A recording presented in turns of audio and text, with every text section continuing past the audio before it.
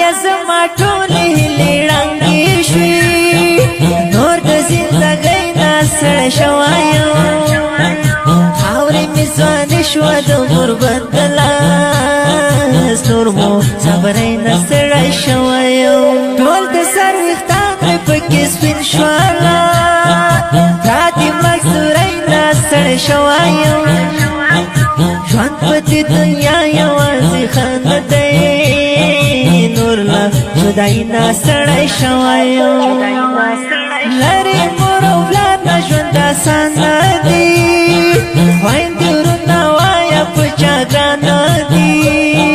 سکړمه غربت مزدوره کړی یم بس نور تنهایۍ نه ستړی شوی یم پاکه دې وطن کې ډاډه ژوند نشته هلې کور په شان دې پکې خوند نشته هېڅ مې د ځانۍ مسې ونه لیده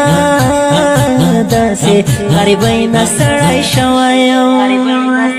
څنګه مې ګزران کوو ته څه پوهېدې که نه څنګه مې ګزران کوو ته څه پوهېدې که نه تل دې مرمن کوو ته څه پوهېدې که نه تل دې مرمن کوو ته څه پوهېدې که نه څرنګه خرابه زمانه ده اوس ځکه دنیاګۍ نه ستړی شوی یم زړونو کې خوارې دي د نفرت پردې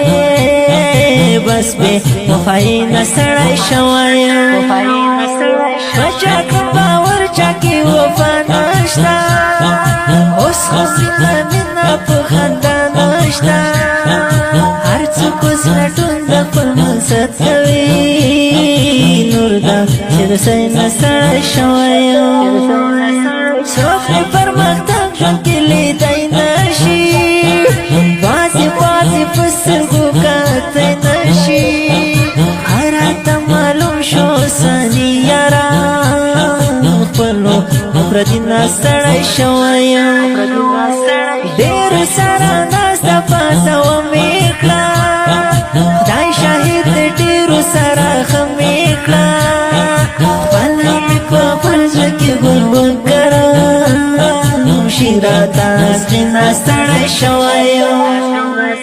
څنګه دې وجدان باندې چې د چا راز وژباړې څنګه دې وجدان باندې چې د چا راز وژباړې څنګه دې ایمان باندې چې د چا راز وژباړې څنګه دې ایمان باندې چې د چا راز وژباړې ما دروازې د تعلیم بندې شوې خدایه زندګي نه ستړی شوی یم حق لرم تعلیم وکړم افغان یما خپلې بېوسي نه ستړی شوی یم چا پکې راوستی دی تاجک پښتون ټول لاس په لاس په همدې کوو تړو ټول د بابا د اولاد یو شمار نور کوم پر سینه ستړی شوی یم قدم په قدم په ګناهونو کې بې پروایي نه ستړی شوی یم نه یې شته او د څه نه یې لمونځ شته دی دې مسلماني نه ستړی شوی یم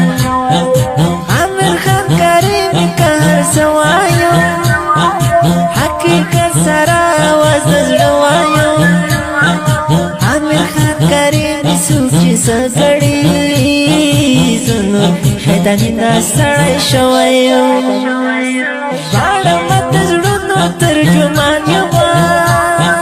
شاعر امیر خان کریمي ګران یمه خوند کوي یواز د خوش نصیب جنان نورو مجازي نه ستړی شوی یم اوس که زه هر څه وایم ټول خوږه خوږه وایم اوس که زه هر څه وایم ټول خوږه خوږه وایم بد وایم که ښه وایم ټول خوږه خوږه وایم بد وایم که ښه وایم ټول خوږه خوږه وایم